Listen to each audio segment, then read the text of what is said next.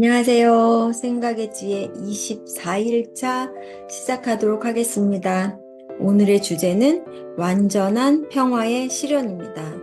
외부 세계에는 끊임없는 혼란과 변화, 그리고 불안이 존재한다. 그러나 만물의 중심에는 어느 것에도 방해받지 않는 평안의 상태가 있으며 이 깊은 고요 속에 하나님이 계신다. 바다에는 아무리 거센 폭풍도 닿을 수 없는 고요의 심연이 자리 잡고 있는 것처럼 사람의 마음 속에는 죄와 슬픔의 폭풍이 아무리 휘몰아쳐도 방해받지 않는 고요하고 신성한 심연이 있다.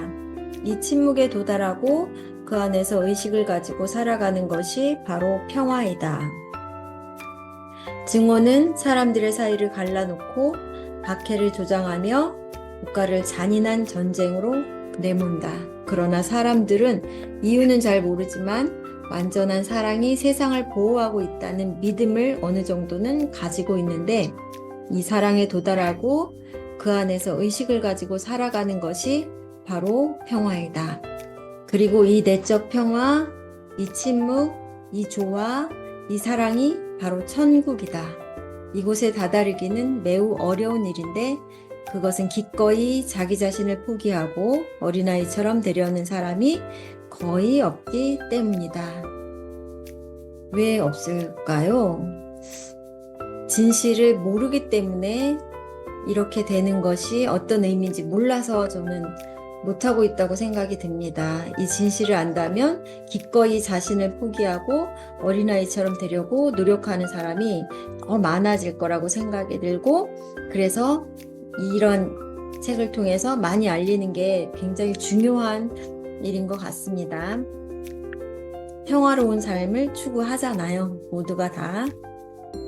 읽어볼게요. 평화로 인도하는 자제심, 사회적 안정, 한때의 욕구 충족, 또는 세속적인 성공에서 얻어지는 평화는 본래 덧없고 일시적이며 뜨거운 시련의 불길 속에서 사그라지게 마련이다.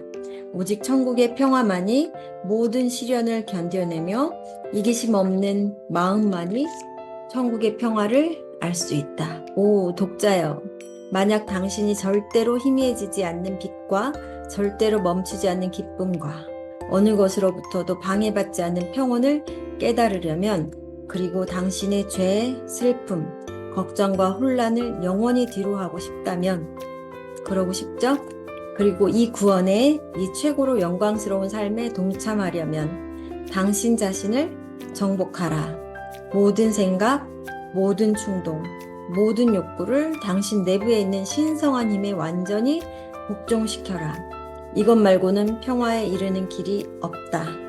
이 길을 걷지 않으면 당신이 아무리 기도를 많이 하고 예배의식을 엄격히 지킨다 해도 아무 소용도 없는 헛된 것이 되며 신도 천사도 당신을 도울 수가 없다. 자기 자신을 이기는 자에게만 새 생명의 반석이 주어지며 그 위에는 말로 형용할 수 없는 신성한 새 이름이 쓰여진다. 자신을 정복하라. 자아를 내려놔라. 그것이 기도하는 것 이상의 올바른 길이다 라고 얘기를 하고 있습니다. 잠시 동안 외부의 사물로부터, 감각적 쾌락으로부터, 지성의 논의로부터, 세상의 시끄러운 소란과 흥분으로부터 떠나서 당신 마음속 가장 깊은 방으로 들어가 보라. 그러면 당신은 거기에서 온갖 이기적인 욕구의 무엄한 침입으로부터 자유롭게 된 깊은 침묵, 신성한 평온, 행복한 휴식의 상태를 발견할 것이다.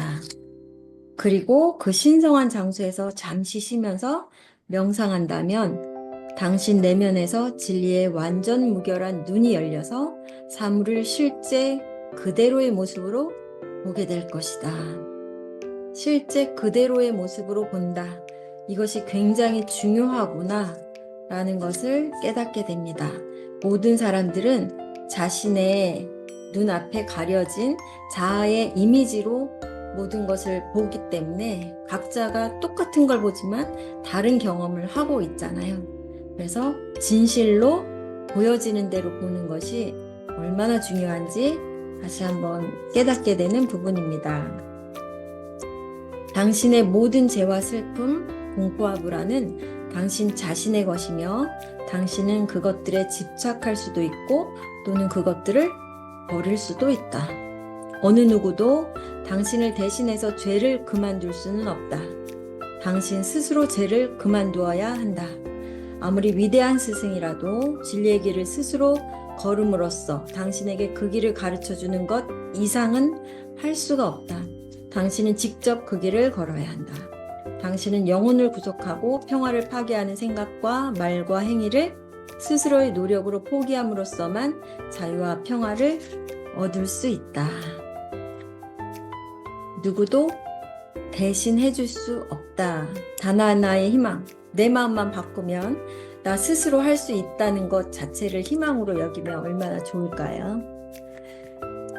당신은 죄와 슬픔과 고통의 의미를 알게 될 것이며 그것들로부터의 결과가 바로 지혜라는 것을 알게 되고 존재의 원인과 결말을 알게 될 것이다. 그리고 이 깨달음으로 말미암아 당신은 평온 속으로 들어갈 것이다.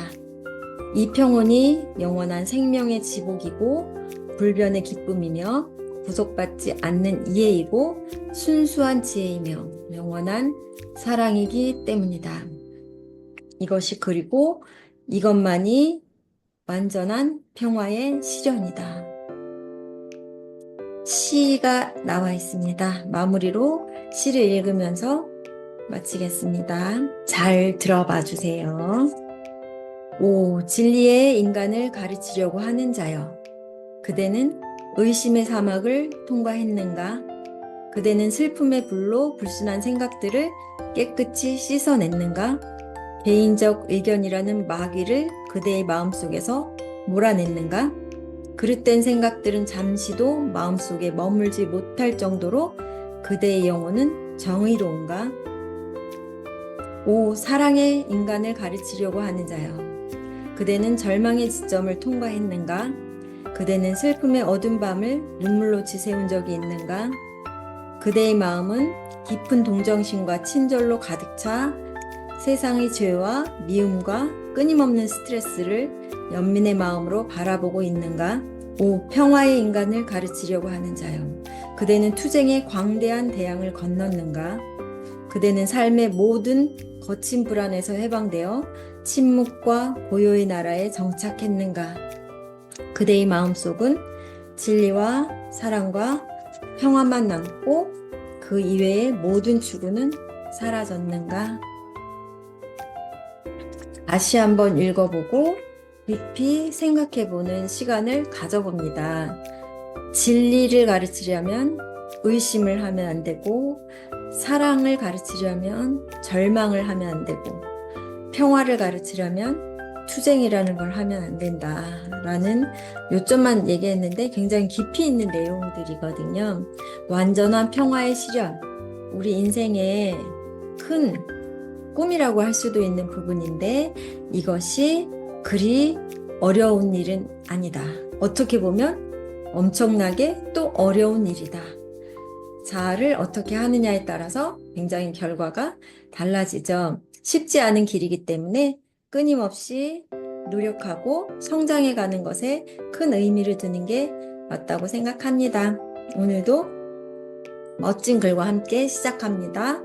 오늘도 건강하시고 행복하시고 화이팅 하세요. 화이팅!